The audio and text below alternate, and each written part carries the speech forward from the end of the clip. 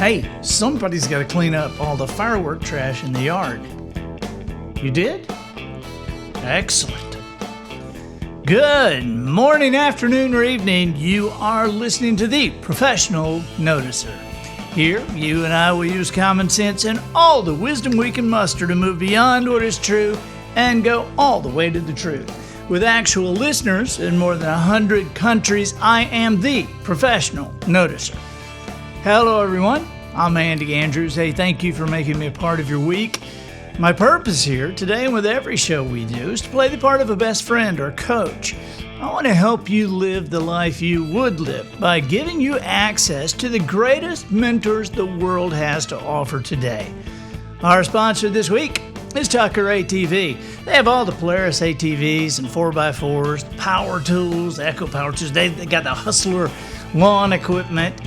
But most of all, they have a showroom that has become a destination. They got antiques, taxidermy, and an indoor porch that you have to see to believe. Tucker ATV is in Jackson, Alabama. Yeah, they're off the beaten path. But check them out on Facebook, and you'll get some idea why customers in 14 states do business with Shannon and Lisa Tucker. That's Tucker ATV, the small town business with the national reputation.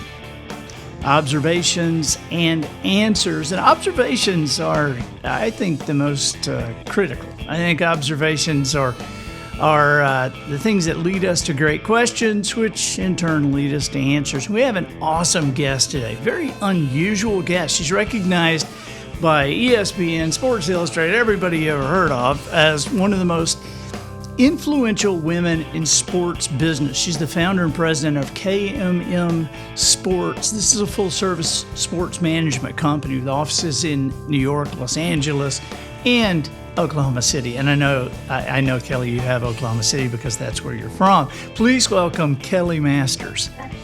Hi, Andy. Glad to be here. Yeah, I'm so excited that you're here.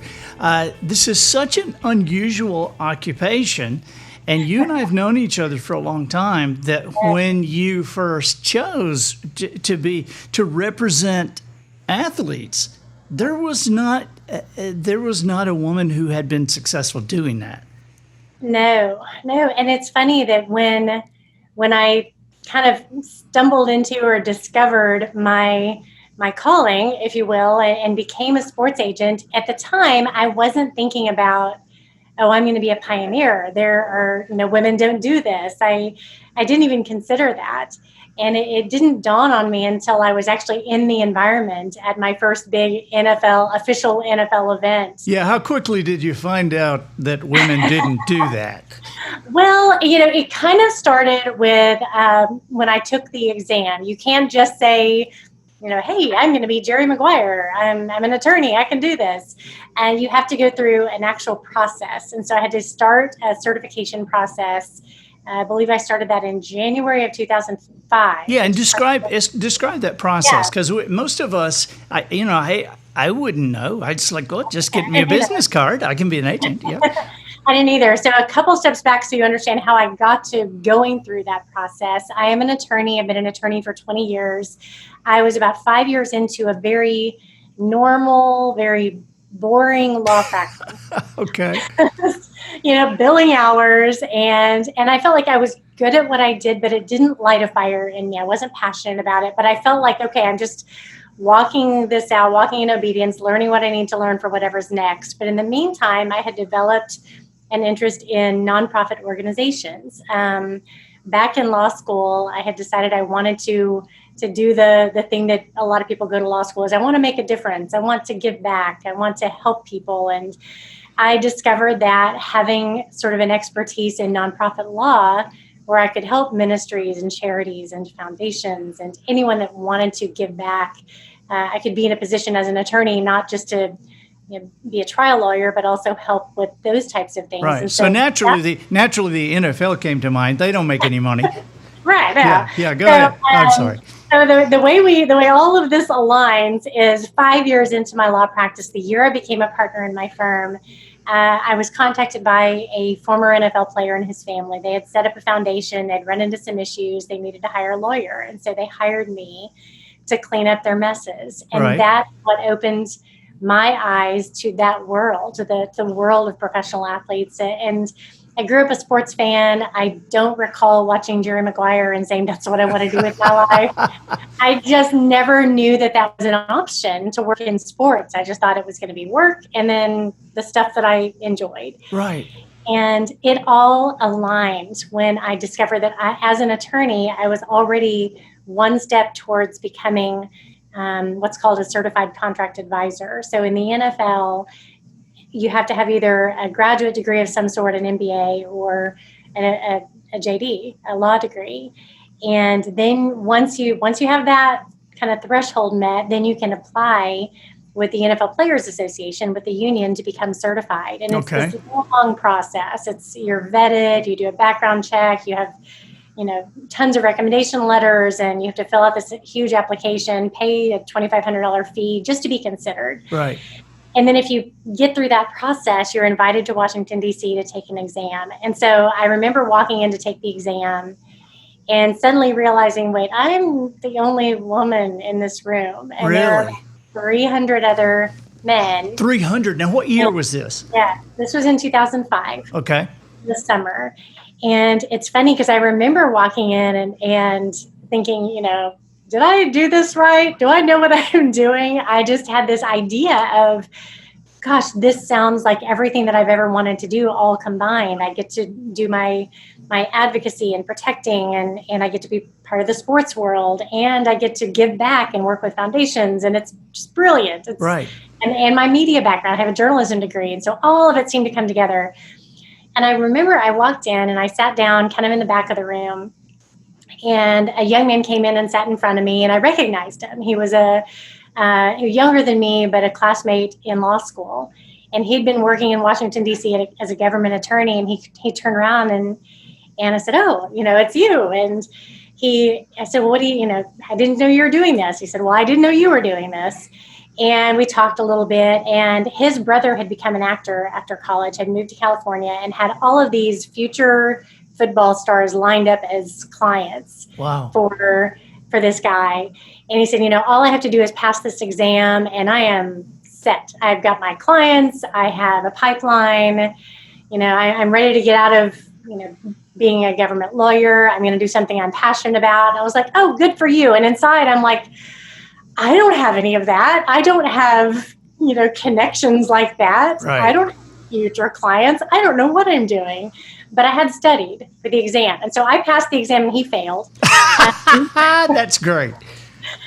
Ironically, he failed again the next year, and you can only take it twice. Oh, no. Or you have to wait, I think, 5 years to reapply. Did you call and say, hey, about all those guys you had lined up? Hey, guy, yeah, what about those clients? No, it worked out well for him. He ended up going, this is a great rest of the story thing. He moved to California and started a production company with his brother, and they have produced mega hits like La La Land and really? Mario, and yeah.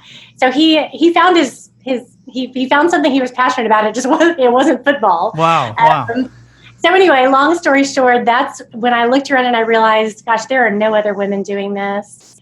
I might get some questions, I might get some pushback, but I didn't see it as a barrier. I just saw it as, this is something that if I have to overcome some prejudgment or some stigma or some bias, or maybe educate people that I'm talking to that, yes, a woman is fully qualified to do this job. And in my opinion, do a better job than 90% of the guys that are out there, then I need to be prepared to handle these, any objection that comes up, I need to be prepared to handle. Okay. So let me ask you this. Why would you think I can do a better job than 90% of the guys?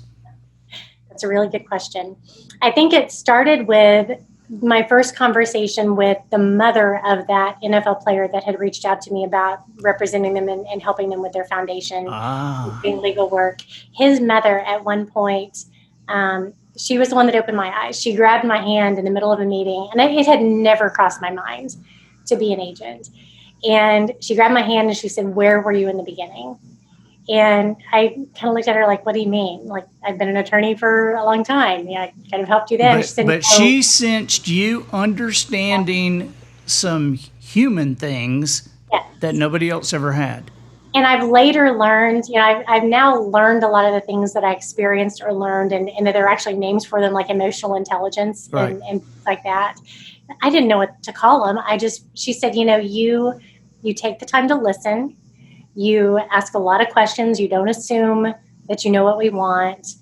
You're knowledgeable. And then if you don't have an answer, you go and get the answer. She said, you would have been, we feel like you care about us, that we aren't just a transaction, that you really do genuinely care about what we're trying to accomplish, and specifically for her son, his future, his goals beyond the football field, beyond the contract.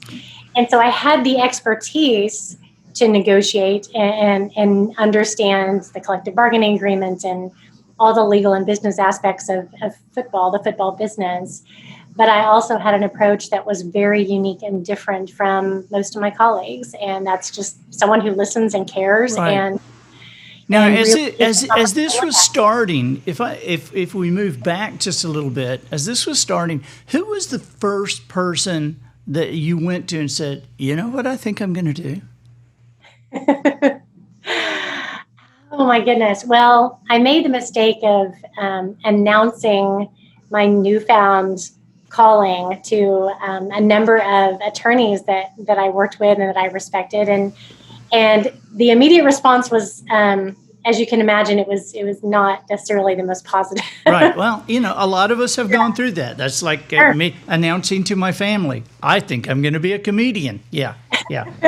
Yeah. And I think a lot of it, it's not so much, I shared it with friends and family, and for the most part, the response was, yeah, why don't you give that a second thought and maybe stick with your successful law practice, because that's stable and that's what you know. And everybody that had heard a horror story shared it with me. Sure. Oh, so-and-so tried to be an agent and it was corrupt and it was dirty and shady and he failed and he was out of it in a year. And right. Yeah. And he's dead now. Yeah. Yes. There were plenty of those stories. And I think the people that genuinely cared about me were just concerned. They were saying, oh, are you really sure? Who looked beyond that, Kelli? Who looked beyond that? Who was a quiet encourager that didn't know anything about the business, but just knew you? I had, well, it's kind of ironic now because it was someone that I considered a spiritual mentor that I looked up to. That when I first really started my walk with God and pursuing that, which didn't happen till later in life for me in law school, I had gotten to know a family, and in particular, one man was kind of the person that I listened to and looked up to, and I considered a spiritual mentor. And he was the one that said, you know what, you can do this. I see in you that you're going to be capable of doing this. And he's still one of my biggest cheerleaders to this day. The other thing that helped me was one of the initial naysayers, who was an attorney at the time with my law firm, came by my office and he poked his head in and he asked, how's that agent thing going? And I started telling him about the whole process of this is how you become certified and this is how you recruit and this is what I'm doing. And he stopped me and he said, Kelli, I have never seen your eyes light up. Wow. When you talked about something like they just did. And so those kind of moments kept me going and kept me encouraged. And not everybody was in favor of it, but they got on board later. Now, you have been, and we'll talk about this, but you're now, in Major League Baseball with Olympians, but you've been a force in the NFL draft every single year since 2006, which was your first year. Yes. What was it like going into that first draft? Because I would imagine it was a lot like walking into the room with the test takers. It was torture. It truly was torture. And I look back and I think, thank goodness that I reached a point in the middle of law school when I had lived in so much fear of failure, fear of disappointing people.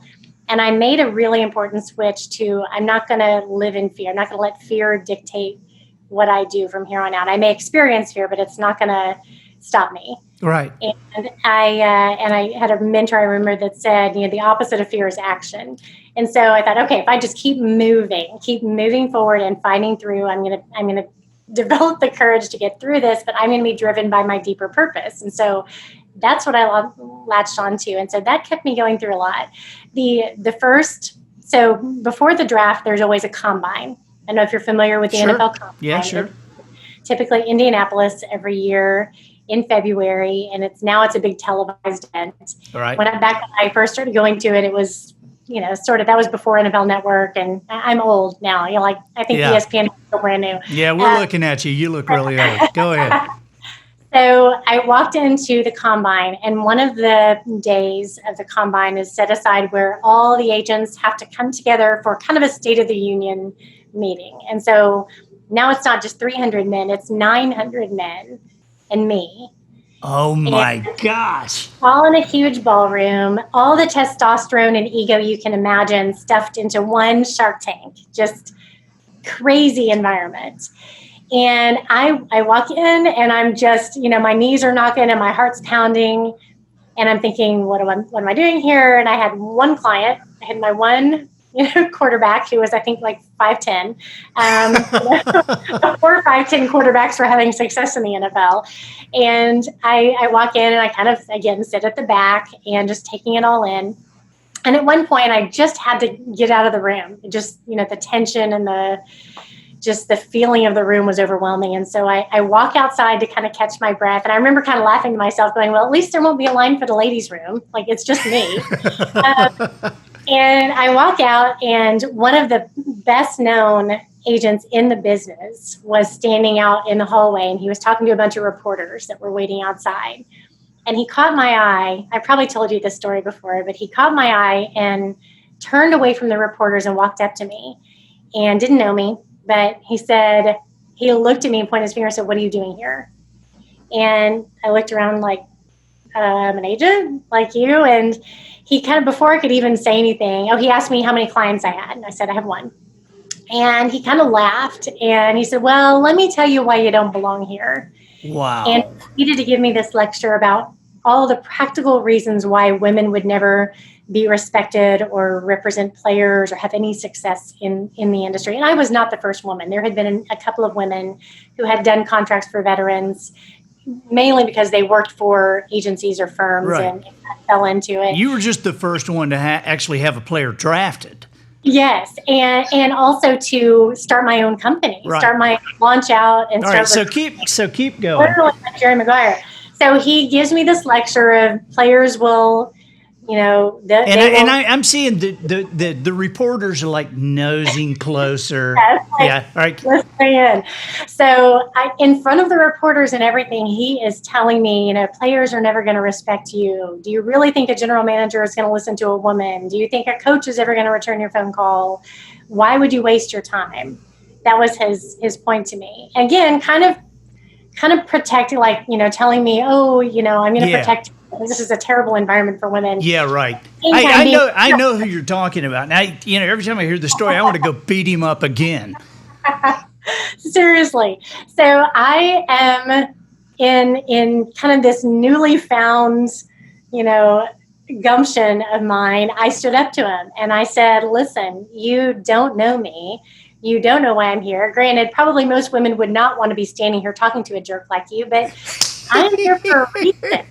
I have purpose. My clients, I only have one right now, but they're going to love me and I'm going to advocate for them and fight for them in a way that you don't even understand. And I am going to be successful in this business. And yeah. I walked away going like the nerve of someone to say something like that to me, but also thinking, gosh, now I really have to go prove myself. But I mean, it's just like, I agree. It's like, look, I have one client, which is exactly the same number you started with. Exactly. Golly, it's just amazing that anybody would do that. I know. In any profession. In any profession. And even great, especially now, but even in 2005, I'm looking at him going, do you know how many women run companies? Do you know how many women have been successful in politics? Do you know how many, women have accomplished great things? And by the way, also been moms and wives and everything that a woman, wants and aspires to be. There's no barrier to becoming a sports sports agent. That makes no sense. And I remember even sitting across the table from a father that said, well, I did my research and there are only about 5 women that have ever been certified by the NFL. Don't you think that speaks to your ability as an agent? There you go. No. Like maybe women need an example of another woman blazing the trail ahead of him going, oh yeah, like I can do this. This is a career option for me. And I'm thankful to say now every year, on average, about 25 to 30% of the new applicants taking the exam are women. Really? Every year. And so your quarterback got drafted. Well, he was undrafted, but he did sign. He signed as a free agent. Yes. Okay. Yes. Took me a few years to get a drafted client, but yes, I did. Wow. And you were the first woman to get a drafted client. And so first one to get even a top 5 pick. That had never been done and was said to be impossible. So wow. Yeah. Wow. So what? And I know that if we say, okay, you had a client signed and then you had a client drafted, people would think, well, that was the turning point. But I'm sure you feel like, that was just part of the road. I was still plowing the field. Yes. And I know you probably still feel like you are. But yeah, I also know that KMM Sports has turned a huge corner. I mean, you're exploding now. Thank you. Yes. So tell us about that. I mean, tell us when did you go, oh my gosh, look what's happening. I mean, the first breakthrough came, and like you said, people would always say, oh, you just need to get that first big client and then everything else is going to fall into place. And that doesn't exactly, in this business, that doesn't exactly happen. It helps, certainly.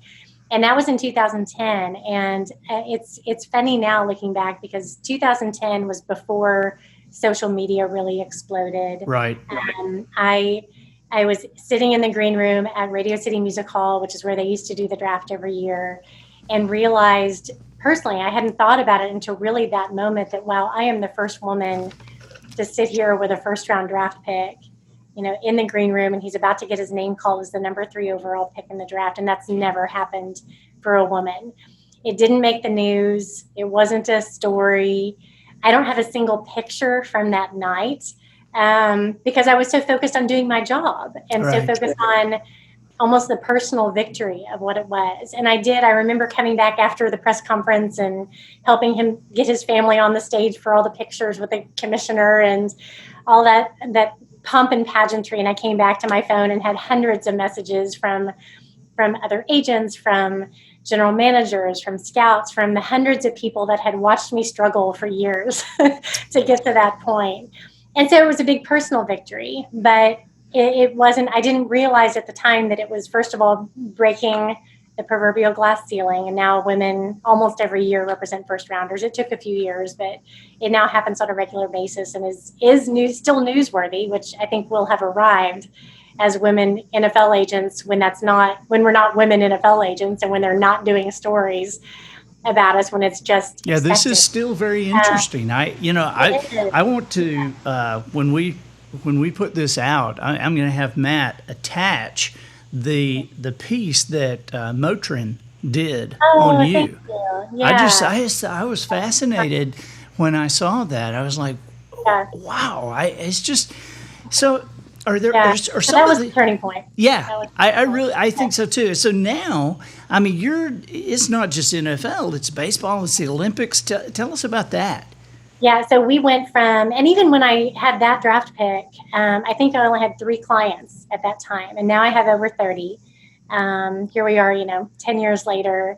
I've represented 30 plus, probably close to 40 NFL clients. I'll have 15 in the league this year, assuming we have a season. Right. Hoping and praying we have a season. So 15 NFL players, which I never thought that was going to be possible. Dreamed of it.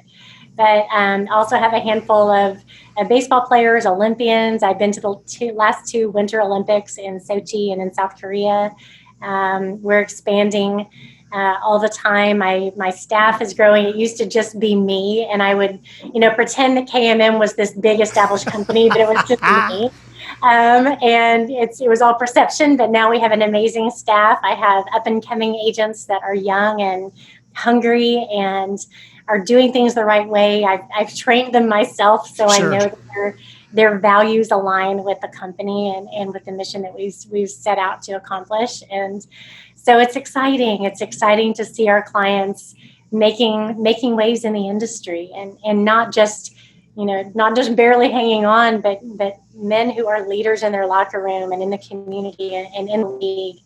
And our starters and are earning the bigger contracts and all the things that I expected to happen as I pursued what I thought was my purpose and my calling and did it the right way. And that was, to me, it wasn't necessarily about making the most money or looking the most successful.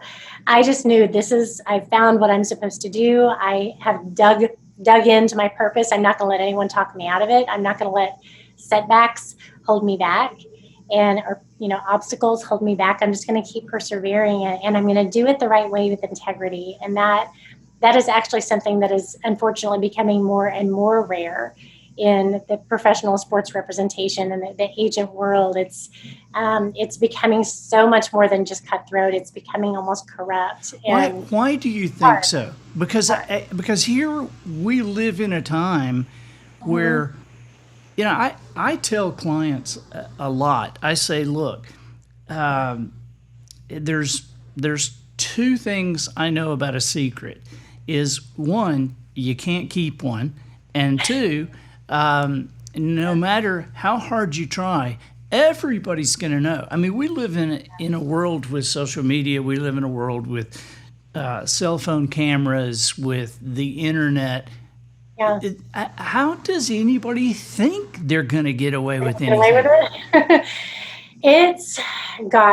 We could talk for another hour and bore all of your listeners with it. I won't get into all the gory details of the nature of the business, but we're dealing with a business that's very much about perception. Sure. About how things look.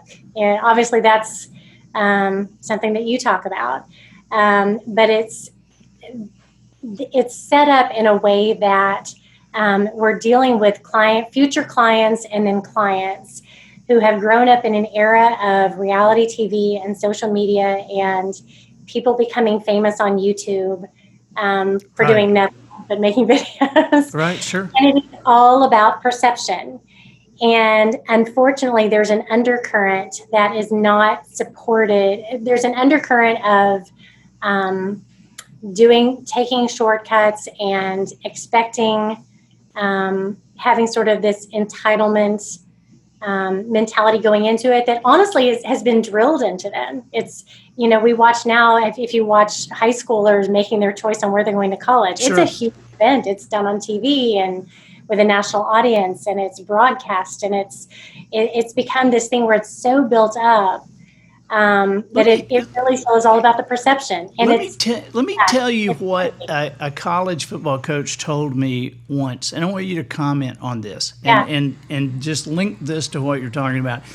I was talking with him one day, and this was well before the season, okay?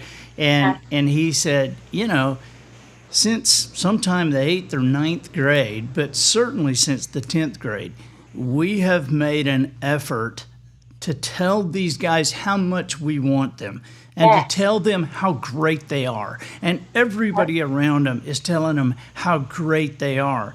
And he said, and now we get them in here and we actually want them to do something. And a lot of them are sitting around going, but you don't understand. I'm great. I'm the greatest. Yeah. And so knowing that coaches have to deal with that, how much more do you have to do? How do you decide? I mean, have you ever had a situation where somebody wanted to work with you and you went, I'm not doing this? Yeah. I'll give you two things. So one is the industry and how it is and why it is so corrupt. And then the second part is how I've figured out my role and how I can make it work for him and for me. So industry, there's a lot we could talk about, but one of the main things that you see in the industry is something called inducements. So, obviously as an author, that you get an advance when you write a book. Well, in professional sports, in the NFL, getting an advance to a player in order to entice him to sign with an agent is actually against the regulations, and it's against several layers of federal and state laws, Right. school policies, NCAA. I mean, there's so many layers of regulation, so that is prohibited. However, However, it happens. And the only way that agents or agencies are punished is if the player turns in the offending agent or agency. So a player would say, "Oh, you're giving me $1 million to sign with you." What would incentivize that player to go and tell on somebody giving him $1.5 million? Giving him $1 million. Yeah, it's not going to happen. And so that's one little piece of an example of the direction of the industry. How I have found my way around that is I work with wonderful young men, and there are wonderful players all over the country that, whether they make it in the NFL or not, have great ability on and off the field and are great young men. I have been able to every year find great players who also are not willing to compromise. They understand this is a business. I want to do things the right way, and I want an agent that's not just waving a bunch of money in front of me, but wants to do things the right way and will always do things the right way by me. Which that should be important. And that was important to that first mom that told me years ago, "We wish we'd had you in the beginning. We wish we'd had someone that was doing things the right way, not just to get the big win or land the big fish, but really genuinely cared about doing things with excellence and integrity." And so that's what I've carved out. And so a lot of my players, I still try to sign the first rounders every year, and I'm expecting to have one or two this year. But most of my best players on my roster right now were either late round or undrafted guys who were maybe even originally walk-ons, but they are grateful for the opportunities. They value truth and integrity, and they're willing to lock arms with me and create a great career on and off the field. And so that's where I found my bread and butter, is just that they may not be the top guys, but integrity-wise, they are the top of the top. Sure. And those are people with long-lasting earning potential in many different ways. So, Yeah, hey, so a couple more questions, and I'll let you go. I am curious. I know you have to run into the coaches, these guys that we see. And one of the funniest times in my life, I've worked with a lot of the coaches, but when I did some stuff with the officials and started asking them questions, it was very, very, very eye-opening. Yes. It's like, who do you really hate?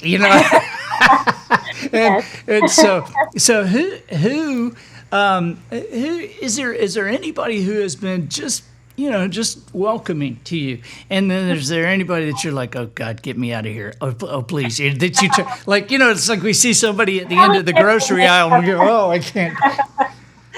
Oh my goodness.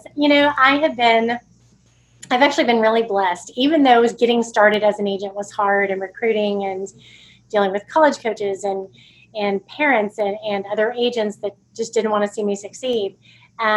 I felt, because these college coaches, they don't even want you around a lot of times. Oh no, yeah, agents are the devil. Yeah, yeah. It's like, you're going to get my program in trouble. By the way, yeah, unless you're the agent of a college coach. Apparently, that makes you an It's amazing how that works. Amazing how that works.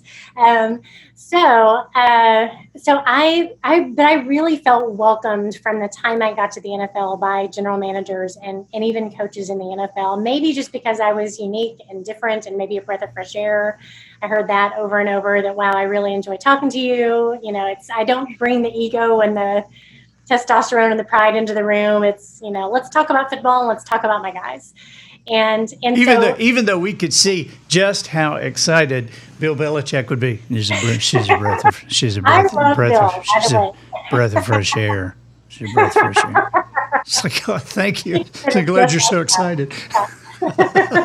I've actually, if I could tell you the conversations that I've had with Bill Belichick, I actually think he's great. Awesome. I really, really like dealing with Bill. Well, he's really good friends with Coach Saban, so. He's great. No, he's great. And, I've never met Coach Saban. I have no idea how he would view me, but I can only imagine as an agent. He would be very nice, because his wife is awesome. Miss heard Terry that. would make sure. I mean, and Nick is awesome. He is great. That's awesome. That is awesome. Well, I love his, obviously what he's done with his program is phenomenal. But yeah, Bill is actually one of my favorites. I get along well with the Jones family, with Stephen and Jerry, in Dallas. Trying to think, a lot of it's fun now because a lot of the current general managers were scouts. They were area scouts when I started Wow. 15 years ago, and a lot of the head coaches were assistant coaches when I started. And so I feel like we've all sort of grown up together Sure. in the business, and we've been exchanging Christmas cards, and they've been sending me pictures of their kids, and we just all have known each other and for so long. And those relationships mean something. And so I don't know that I don't know if there are any general managers or coaches in the league that I couldn't at least sit down and have a conversation with. So That's I feel it. like That is a really, really cool. testament to how you approach what you do. Yeah. I mean, Thank I'm you. just telling you. I mean, because working with clients like I do Mhm. and knowing how important it is just to be friends, just to, to have somebody's best interest at heart, to create Yeah. value for them. And that mom, that original mom that you dealt with, she saw it and they're still seeing it today. I got one last question for you. Okay. Yeah. What's just the greatest thing about doing what you do? I mean, forget for a minute that you get to make a difference in people's lives, that you have found your purpose. I mean, just be selfish here. Just tell us, like we're fans. We're watching this stuff on TV. So Sure. so what do you think? Gosh, I get to do this. I mean, what's the greatest thing? And everything that you just mentioned, I probably would have said, finding my purpose and influencing lives and making this impact on a young man's life for years to come. And all of those things are awesome. I remember being in Indianapolis, and I was in my hotel room. I was staying downtown close to Lucas Oil Field, and I was getting ready to go to the game. And I had ESPN on, and they were interviewing this Colts fan who had been a Colts fan for as long as the Colts had been in Indianapolis, and he was in a wheelchair and he's on oxygen, and clearly on his in his last days, and his dream had always been to go on the field for a game and to be on the sidelines for a game. And I'm going to get choked up because they showed wheeling him onto the sidelines, and Andrew Luck coming over and shaking his hand, and all the guys that were warming up on the field coming over and saying hello and giving him hugs, and tears were streaming down his face, and tears were streaming down my face watching it and going, I need to appreciate, because I love that I get to do this every week. I get to go and be part of a spectacle that is as all-American as you can imagine. I get to see my players' dreams come true. I get to sort of, see my dreams come true through them. And watching them, and I picture, them being little boys playing in their backyard, and, pretending to be this player or that player, and now they're living it, and getting to be there in person, up close, and watch them even just warm up for a game and then run onto the field and hear their name called. It gives me chills. I love every aspect of the football game. I love the pageantry at the beginning. I love the action, obviously. I love the come from behind victories. And I love being there for little kids that grew up and their dreams came true, and I get to be part of their lives. So I can't think of anything better. I love it. You're a great example for a lot of people, Kelly, in many different ways. And I know you have a book coming out next year. We'd love to have you back when you get that more on course. I know how that process goes. Yes, And indeed. I'm excited for you about that. A major publisher has already attached themselves to that. And so this is going to be awesome. We're going to be seeing more and more of you. We appreciate your time. Kelli Masters with KMM Sports. And how do people get in touch with you if they wanted to, if they want to follow you, or are you on Facebook? Or I am. I spend most of my time I am on Twitter and Instagram. On Twitter, I'm at KMM Sports. Instagram, I'm at KMM Sports and at Kelli Masters, Kelly with an I. And then I have, KMM.com, KMMsports.com and KelliMasters.com. So I'm easily accessible. Awesome. Thank you so much. And we'll see you again soon. We appreciate you. I'm Andy Andrews, the professional noticer, harnessing common sense and wisdom to plow through challenges all the way to an answer for you. Hey, quick question. Where do you seek wisdom? Allow me to suggest wisdomharbor.com. That's wisdom, H-A-R-B-O-U-R. Harbor with an O-U-R. It's not mine. This is ours. So go there now and get a free 5-minute guided tour. Heck, get some free days on there. Listen, Wisdom Harbor is something you want to do for your family, for your business, and for your schools. Wisdomharbor.com. And I think that'll do it for this week. Get us out of here, Matthew. So, ladies and gentlemen, and to the boys and girls who aspire to become ladies and gentlemen, we have reached the end of another episode of The Professional Noticer. In a world where common sense has become a superpower, I'm harnessing what tiny bit of mental energy I have for you, seeking wisdom, making observations, and endeavoring to answer tough questions in a way that will empower your family and your business. I'm Andy Andrews. Until next week, smile while you talk, even behind the mask. Don't breathe on anyone. But make sure you have a positive answer to the question, how's it going? And so, until next week, goodbye. This episode of The Professional Noticer was produced by Matt Limpert. The Noticer theme, written and performed by Sugarcane Jane. Roman candles provided by Twinkle and Smoke of Beverly Hills. Additional financial consideration provided by childhoodsmells.com. Do you remember the unique aroma of mimeograph paper? That purple ink is gone forever. Gone with the smell of unfiltered camels being smoked at the table next to you in a fine restaurant. These are smells from your childhood that we bring back via an aroma disc and an inexpensive burner. Childhoodsmells.com can take you back to the 4th grade with one whiff of a number 2 pencil being sharpened. Your memories of the 9th grade will sharpen themselves with Love's Baby Soft perfume. You know, that smell that used to burn the hair in your nostrils. And you can mentally visit your old college campus by snorting everything offered on what we call our concert mix. And it's all legal. Childhoodsmells.com. We can be as comforting as the mentholatum ointment your mom put on her lips right before she kissed you goodnight.